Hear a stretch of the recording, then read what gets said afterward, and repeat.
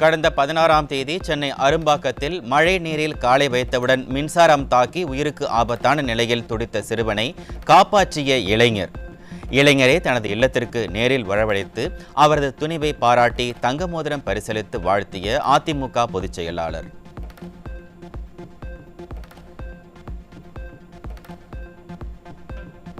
சென்னை ராயப்பேட்டையில் உள்ள புரட்சித் தலைவர் எம்ஜிஆர் மாளிகையில் அதிமுக செயற்குழு கூட்டத்தில் நிறைவேற்றப்படவுள்ள தீர்மானங்களை தயார் செய்வது தொடர்பாக நடைபெற்ற ஆலோசனைக் கூட்டம். அதிமுக தலைமை நிலைய செயலாளர் SP வேலுமணி தலைமையில் நடைபெற்ற ஆலோசனைக் கூட்டத்தில் முன்னாள் அமைச்சர்கள் பலர் பங்கேற்பு. தமிழக சட்டப்பேரவையில் மக்கள் பிரச்சினை குறித்து எதிர்க்கட்சி தலைவர் பேசிக் கொண்டிருக்கும் போது நேரலையை துண்டித்த விடியா திமுக அரசு. மக்களின் பிரச்சனைகள் குறித்து சட்டமன்றத்தில் கேள்வி எழுப்பினால் நேரலையை துண்டிப்பதுதான் ஸ்டாலின் மாடலா என மக்கள் கேள்வி. திருச்சி மாவட்டம் உறையூர் பகுதியில் கழிவுநீர் கலந்த குடிநீரை விநியோகம் செய்த மாநகராட்சியின் அலட்சியத்தால் 4 பேர் உயிரிழந்துள்ளனர். தலைமைச் செயலக வளாகத்தில் எதிர்க்கட்சி தலைவர் எடப்பாடி K பழனிசாமி குற்றச்சாட்டு. இது குறித்து அந்த பகுதியில் இருக்கின்ற மாநகராட்சி அதிகாரிகளிடத்திலும் தெரிவித்திருக்கின்றார்கள். கழிவுநீர் குடிநீரோடு கலந்து வருகிறது, இதை சரி செய்ய வேண்டும் என்று கோரிக்கை வைத்தும் மாநகராட்சி அதிகாரிகள் அதை கண்டுகொள்ளாத காரணத்தினால் இன்றைய தினம் 4 பேர் உயிர் நீத்திருக்கின்றார்கள். 50க்கும் மேற்பட்டவர்கள் மருத்துவமனையில் சேர்க்கப்பட்டு சிகிச்சை பெற்று வருகின்றார்கள். 5 பேர் அவசர சிகிச்சை பிரிவிலே சேர்க்கப்பட்டு சிகிச்சை பெற்று வருகிறார்கள். திருச்சியைப் போலவே கடந்த சில மாதங்களுக்கு முன்பு சென்னை பல்லாவரத்திலும் கழிவுநீர் கலந்த குடிநீர் விநியோகம் செய்யப்பட்டுள்ளது. விடியா அரசின் அமைச்சர்கள் ஒருபோதும் செய்த தவறை ஒப்புக்கொண்டதில்லை என்றும் பிரச்சனையை மறைக்க பார்ப்பதாகவும் எதிர்க்கட்சி தலைவர் குற்றச்சாட்டு. இதேபோல 2024ஆம் ஆண்டு 4ஆம் தேதி சென்னை பல்லாவரம் அடுத்த மலைமேடு பகுதியில் குடிநீர் கழிவுநீர் வந்து கலந்து வந்தனால 30 பேர் வாந்தி திடீர் வயிற்றுப்போக்கு ஏற்பட்டு 3 பேர் இருந்தனர். அப்பொழுது அந்த பகுதியை சேர்ந்த அமைச்சரும் இதே கருத்தை தான் சொன்னார். வேண்டுமென்றே திட்டமிட்ட இந்த அரசாங்கம் அந்த அவருடைய ஆட்சியில் நடைபெற்ற சம்பவங்களை மறைப்பதே கொள்கையாக வைத்திருக்கின்றது. இது கண்டிக்கத்தக்கது. நீட் தேர்வை கொண்டு வந்தது மத்தியில் காங்கிரசும் மாநிலத்தில் இருந்த திமுக தான். நீட் தேர்வை எதிர்த்து தடுத்து நிறுத்த முயற்சி செய்தது அதிமுக என எதிர்க்கட்சி தலைவர் எடப்பாடி K பழனிசாமி பேட்டி. காங்கிரஸ் திமுக இளைஞர்கள் பாதிப்பாங்க அப்படின்னு இவர்களுக்கு தெரியாதா? மாணவர்கள் பாதிப்பான்னு தெரியாதா? கொண்டு வந்தது இவர்கள். அதை தடுப்பதற்கு நாங்கள் கடுமையான முயற்சி எடுத்தோம், ஆனால் முடியவில்லை. நீதிமன்றம் சென்று விட்டது. அதனால் இந்த நீட் தேர்வு அதிமுக ஆட்சியிலே நடைமுறைப்படுத்த வேண்டிய சூழ்நிலை ஏற்பட்டுவிட்டது. இருந்தாலும் தொடர்ந்து மத்திய அரசோடும் நீதிமன்றத்திலும் நாங்கள் இதை வலியுறுத்தி கொண்டே இருந்தோம், நீட் தேர்வை ரத்து செய்வதற்கு. ஆனால் கொண்டு வந்தது திமுக. அதை தடுத்து நிறுத்துவதற்கு முயற்சி செய்தது அதிமுக. 2010 டிசம்பரில் தான் நீட் தேர்வுக்கான ஆரம்ப புள்ளி தொடங்கியதாக எதிர்க்கட்சி தலைவர் எடப்பாடி K பழனிசாமி குற்றச்சாட்டு. 2010இல் நீட் தேர்வு கொண்டுவரப்பட்ட போது ஆட்சியில் இருந்த திமுக அதை ரத்து செய்திருக்கலாமே என்றும் கேள்வி. நீட் 2010 டிசம்பர் 21ஆம் தேதி நோட்டிபிகேஷன் வெளியிட்டாங்க. அப்பொழுது மத்தியில் காங்கிரஸ் தலைமையில் கூட்டாட்சி, திமுக மத்திய அமைச்சர்கள் இடம்பெற்றிருந்தது. அதுவும் திராவிட முன்னேற்ற கழக நாடாளுமன்ற திரு காந்தி செல்வர்கள் மத்திய சுகாதாரத்துறை இணையமைச்சராக இருந்த பொழுதுதான் இந்த நீட் தேர்வுக்கு ஒப்புதல் கொடுக்கப்பட்டு மத்திய அரசாணை வெளியிடப்பட்டது. திமுக ஆட்சிக்கு வந்த 4 ஆண்டுகளில் தமிழகத்திற்கு வந்த புதிய மருத்துவமனைகள் எத்தனை என சட்டப்பேரவையில் எதிர்க்கட்சி தலைவர் எடப்பாடி K பழனிசாமி கேள்வி.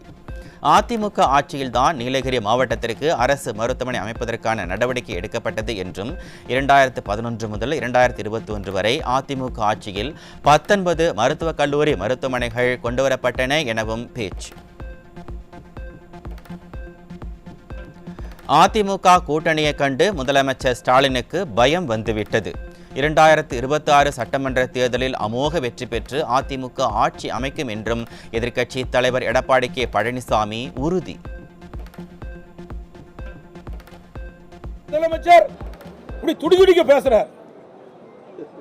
ஏங்க நாங்க கூட்டணி வச்சா நீங்க எங்க பதறீங்க? முதலமைச்சர் சட்டமன்றத்தில் ஏன் கோவப்படுறீங்க? நீங்க பயப்படுறீங்க? அதிமுக யாரோடாலும் கூட்டணி வைப்போம், அது எங்களுடைய விருப்பம், எங்களுடைய கட்சி நடைபெறுகின்ற சட்டமன்ற பொது 2026 சட்டமன்ற பொதுத் தேர்தலில் வெற்றி பெற வேண்டும். ஒவ்வொரு கட்சியும் வெற்றி பெற வேண்டும் என்பதுதான் கூட்டணி வைக்கிறீங்க. நீங்க எப்ப பார்த்தாலும் பலம் வாய்ந்த கூட்டணி நீங்க சொல்றீங்களே, அது மாதிரி நாங்களும் அதிமுகவும் பலம் வாய்ந்த கூட்டணியை 2026 சட்டமன்ற தேர்தலில் அமைப்போம். நிச்சயமாக வெற்றி பெறுவோம். திமுக அரசு மக்களை பற்றி கவலைப்படாமல் ஆட்சி செய்து வருவதாகவும், கடந்த 4 ஆண்டுகளில் மின் கட்டண உயர்வால் விசைத்தறி தொழிலே நசிந்து போய்விட்டது எனவும் தகவல். நாமக்கல் மாவட்டம் குமாரபாளையம் சட்டமன்ற தொகுதிக்கு உட்பட்ட ஆனங்கூர் ஊராட்சி பகுதியில் நடைபெற்ற பூத் கமிட்டி ஆலோசனை கூட்டத்தில் பங்கேற்ற முன்னாள் அமைச்சர் தங்கமணி குற்றச்சாட்டு. திமுகவை பொறுத்தவரை என்ன நினைத்துக் கொண்டிருக்கின்றார்கள்? பெண்களுக்கு 1000 ரூபாய் கொடுத்து விட்டோம், அதனால் பஸ் கொடுத்து விட்டோம், அதனால் மக்கள் அவங்க வாக்களித்து விடுவார்கள் என்று மக்களை பற்றி கவலைப்படாமல் ஆட்சி செய்து கொண்டிருக்கின்றார். உதாரணத்துக்கு சொல்ல வேண்டும் என்று சொன்னால், இப்பொழுது 1000 ரூபாய் கொடுத்து விட்டு விலைவாசி எந்த அளவுக்கு உயர்ந்து விட்டது, மின்கட்டணம் உயர்ந்து விட்டது. இந்த பகுதி விசைத்தறி நிறுத்த பகுதி, கிட்டத்தட்ட விசைத்தறி தொழிலே நசிந்து போகின்ற ஒரு நிலைமை இந்த 4 ஆண்டு காலத்தில் உருவாகிவிட்டது. சைவம், வைணவம் மற்றும் பெண்கள் குறித்து அவதூறாக பேசிய ஆபாச பேச்சாளர் பொன்முடியை கண்டித்து மதுரையில் அதிமுகவினர் மாபெரும் கண்டன ஆர்ப்பாட்டம். முன்னாள் அமைச்சர்கள் ப. வளர்மதி, செல்லூர் ராஜு ஆகியோர் தலைமையில் நடைபெற்ற ஆர்ப்பாட்டத்தில் பொன்முடிக்கு எதிராக முழக்கமிட்ட அதிமுகவினர்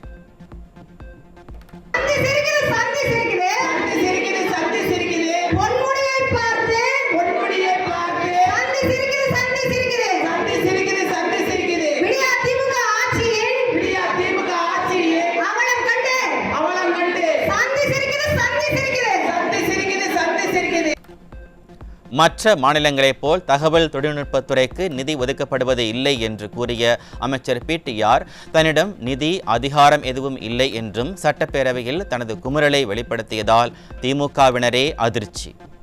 அமைச்சரின் பதிலை கேட்டு அதிர்ச்சி அடைந்து குறுக்கிட்ட சபாநாயகர் எதிர்மறையாக பேசாமல் பாசிட்டிவாக பேசுங்களேன் என குறிப்பிட்டதால் மேலும் வழுக்கும் உட்கட்சி பூசல்.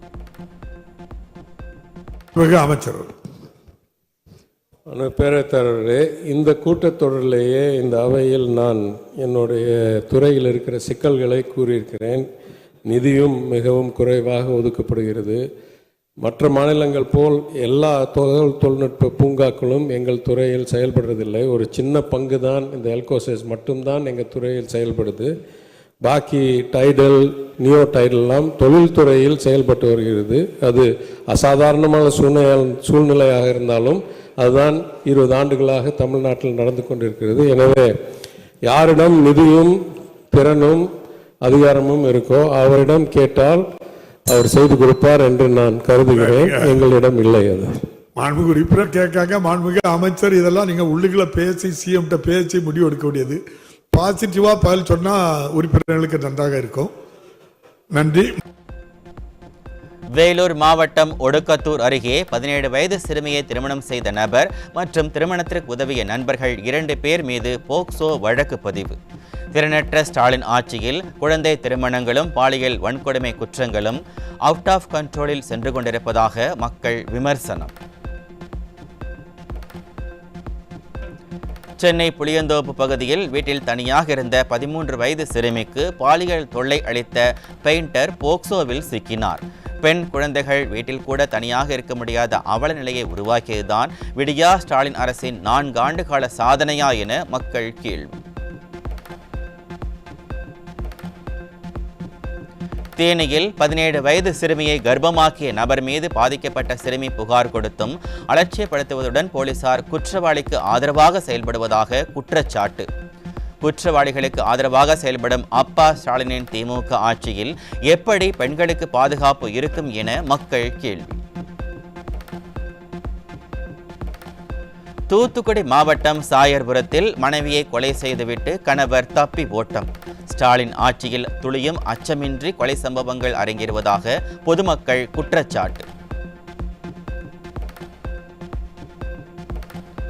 தேனி மாவட்டம் சின்னமனூர் அருகே மது அருந்தாமல் மனைவியுடன் வாழ அறிவுரை கூறிய பெண் கொலை.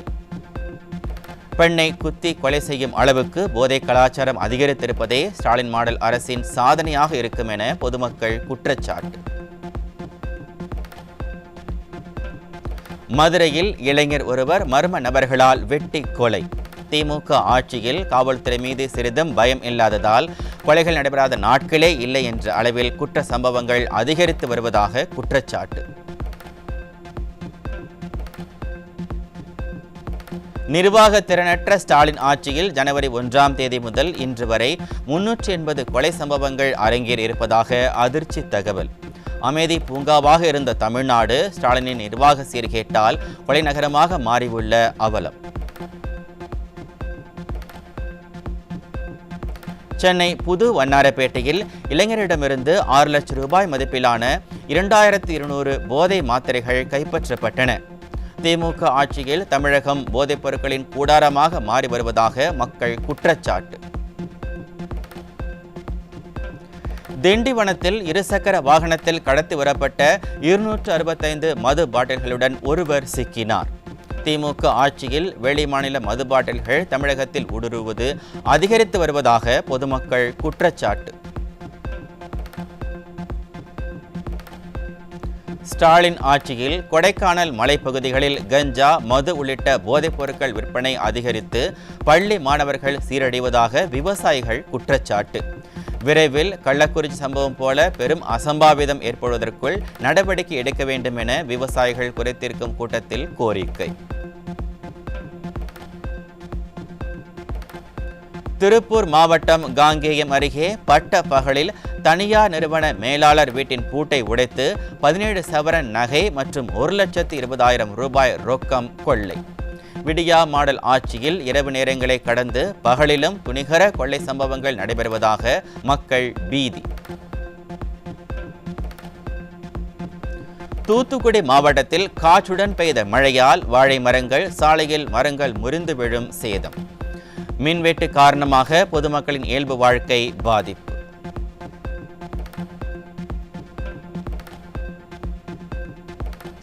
சென்னை தண்டையார்பேட்டை காவலர் குடியிருப்பில் உள்ள டிரான்ஸ்ஃபார்மர் கொழுந்துவிட்டு எரிந்து சேதம்.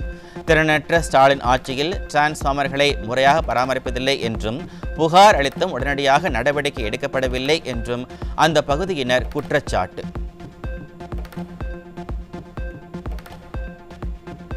கழிவு நீரில் மிதக்கும் ராமநாதபுரம் அரசு மருத்துவக் கல்லூரி மருத்துவமனை. மாடல் ஆட்சியில் சுகாதாரத்துறை இருக்கிற இடமே தெரியாமல் இருப்பதால் நோய் தீர்க்கும் மருத்துவமனை நோய் பரப்பும் இடமாக மாறி வருவதாக பொதுமக்கள் குற்றச்சாட்டு. நெல்லையில் குடிநீர் விநியோக குழாயில் உடைப்பு ஏற்பட்டு வீணாக வெளியேறும் தண்ணீர். கோடை காலத்தில் தண்ணீர் பற்றாக்குறை ஏற்பட வாய்ப்புள்ள நிலையில் மாவட்ட நிர்வாகம் கண்டுகொள்ளாமல் இருப்பதாக மக்கள் வேதனை. கடலூர் மாவட்டம் புவனகிரி அருகே 40 ஆண்டுகளுக்கு மேலாக வசித்து வரும் தங்களை இடத்தை விட்டு காலி செய்யுமாறு ஸ்டாலின் அரசின் பொதுப்பணித்துறை மிரட்டுவதாக குற்றச்சாட்டு. வாய்க்கால் ஓரத்தில் வீடு இருப்பதாக தெரிவித்து மாற்று இடம் கூட வழங்காமல் தங்களை அப்புறப்படுத்த முயற்சிப்பதாக வேதனை. தஞ்சாவூர் மாவட்டம் மணலூர் மகா மாரியம்மன் கோவில் தேரோட்டம் கோலாகலம். திரளான பக்தர்கள் தேரை வடம்பிடித்து எடுத்து சுவாமி தரிசனம்.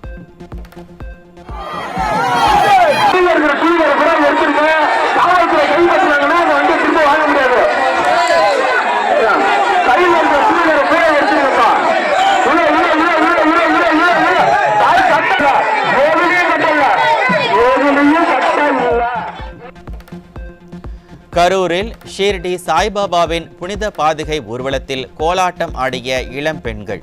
கோலாட்டம் ஆடி பக்தி பாடல்களை பாடி பரவசத்துடன் பாதுகை தரிசன விழாவை சிறப்பித்த பக்தர்கள்.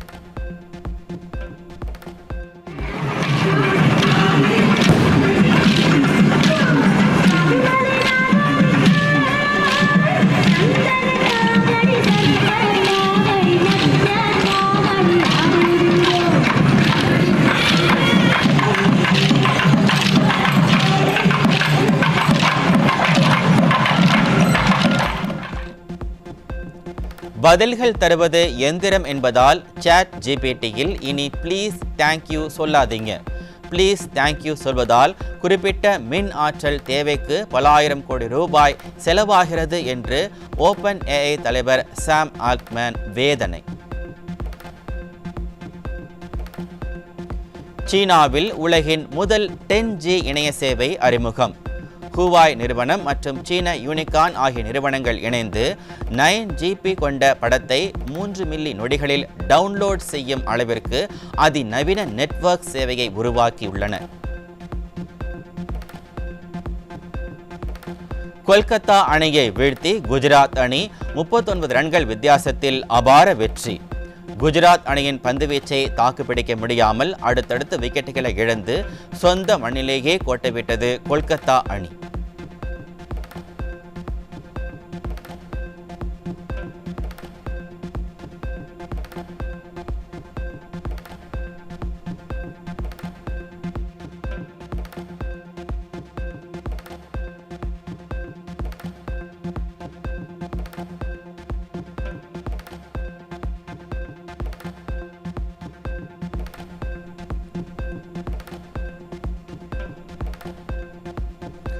ஐபிஎல் தொடரின்